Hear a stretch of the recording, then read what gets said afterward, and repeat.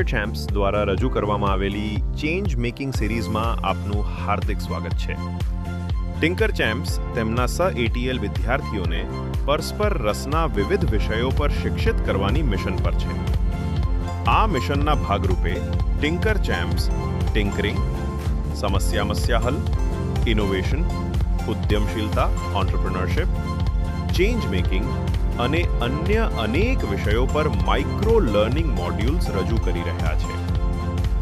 આ 10 ભાગોની વિડિયો સિરીઝમાં ટિંકર ચેમ્પ્સ તમને ચેન્જ મેકિંગના મૂળ તત્વો સમજાવશે અને બતાવશે કે તમે પણ કેવી રીતે એક ચેન્જ મેકર બની શકો છો.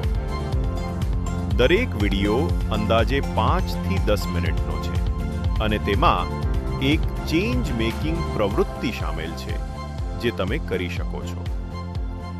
ચાલો વધુ વિલંબ કર્યા વિના શરૂ કરીએ એપિસોડ 10 સાથે, જેમાં છે ટિંકર ચેમ્પ વિદ્યા શર્મા, નવી દિલ્હીની ધોરણ 10ની વિદ્યાર્થીની અને એક ઉદયમાન ચેન્જ મેકર.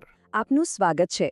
જો આપણા મનમાં ક્યારે એવો વિચાર આવ્યો હોય કે દુનિયામાં કોઈ સારો બદલાવ લાવવો છે, તો આ ચર્ચા બસ એના માટે જ છે. ચાલો આપણે સાથે મળીને સમજીએ કે કોઈ પણ વિચારને હકીકતમાં કેવી રીતે બદલી શકાય. તો સૌથી પહેલાં આ ચેન્જ મેકિંગ છે શું? એકદમ સરળ શબ્દોમાં કહીએ તો આ એક એવી માન્યતા છે કે પરિવર્તન લાવવા માટે કોઈ ઉંમર કે મોટા પદની રાહ જોવાની જરૂર નથી. બસ આસપાસ કોઈ સમસ્યા દેખાય, એને ઉકેલવાનો એક વિચાર આવે અને એના પર કામ શરૂ કરી દેવાનું. અને હા, એવું બિલકુલ ના વિચારતા કે પ્રયત્ન નાનો છે. દરેક નાનો પ્રયાસ પણ મોટો ફરક લાવી શકે છે. અને જુઓ, આ ચેન્જ મેકિંગ કોઈ મોટા લોકોની ક્લબ નથી. ના, આ તો એક આખું આંદોલન છે જે કોઈ પણ વ્યક્તિ શરૂ કરી શકે છે. અને એની શરૂઆત ક્યાંથી થાય છે? બસ એક નાના નિર્ણયથી. ઘણીવાર આપણને કેવું લાગે કે આપણી પાસે કોઈ મોટો આઈડિયા નથી કે પૈસા નથી, એટલે આપણે કંઈ નહીં કરી શકીએ. પણ સાચું કહું, દુનિયાના મોટાભાગના સફળ પ્રોજેક્ટ્સની શરૂઆત એક નાનકડા, બહુ જ સામાન્ય લાગતા પગલાંથી જ થઈ હોય છે. સારું, હવે માની લો કે આપણી પાસે એક વિચાર છે, પણ એને લોકો સુધી પહોંચાડીશું કેવી રીતે? એના માટે એક બહુ જ જોરદાર રીત છે.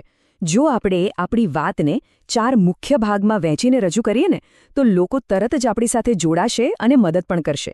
ચાલો જોઈએ આ 4 સ્તંભો કયા છે. તો આપણી વાર્તા આ 4 સ્ટેપ્સમાં હોવી જોઈએ.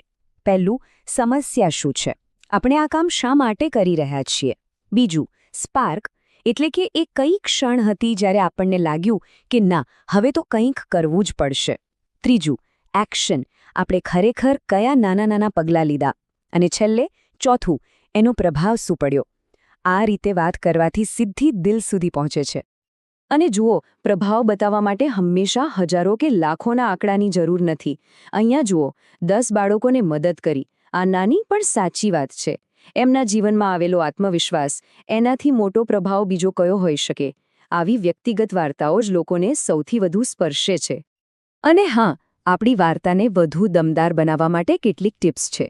જેમ કે ફોટા કે વિડીયોનો ઉપયોગ કરો. જે લોકોના જીવનમાં ફરક પડ્યો છે, એમના અનુભવોની વાત કરો. ભાષા એકદમ સાદી રાખો. અને હા, જેની સાથે વાત કરી રહ્યા છો એમને સમજાય એ રીતે વાત રજૂ કરો.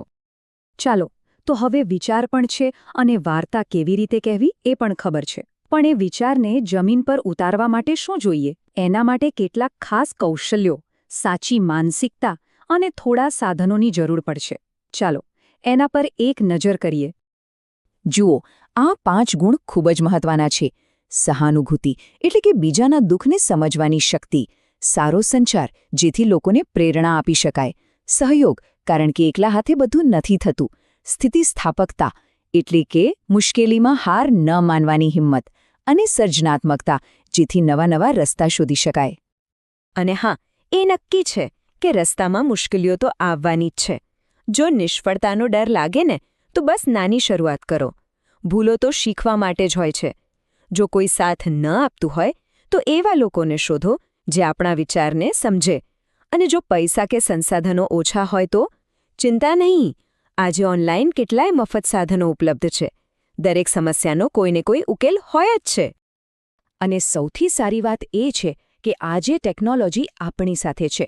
ડિઝાઇન બનાવવી હોય તો કેનવા છે, પ્લાનિંગ કરવું હોય તો માઇન્ડ મેપ્સ છે, અને ટીમ સાથે મળીને કામ કરવું હોય તો ગૂગલ ડોક્સ અને ટ્રેલો જેવા સાધનો છે, અને એ પણ મોટાભાગે મફત.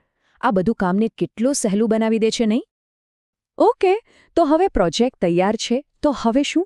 હવે સમય છે એને દુનિયા સામે મૂકવાનો, અને એના માટે સ્પર્ધાઓ અને એવોર્ડ્સ એક બહુ જ સારો રસ્તો છે, જેનાથી આપણું કામ ઘણા બધા લોકો સુધી પહોંચી શકે છે.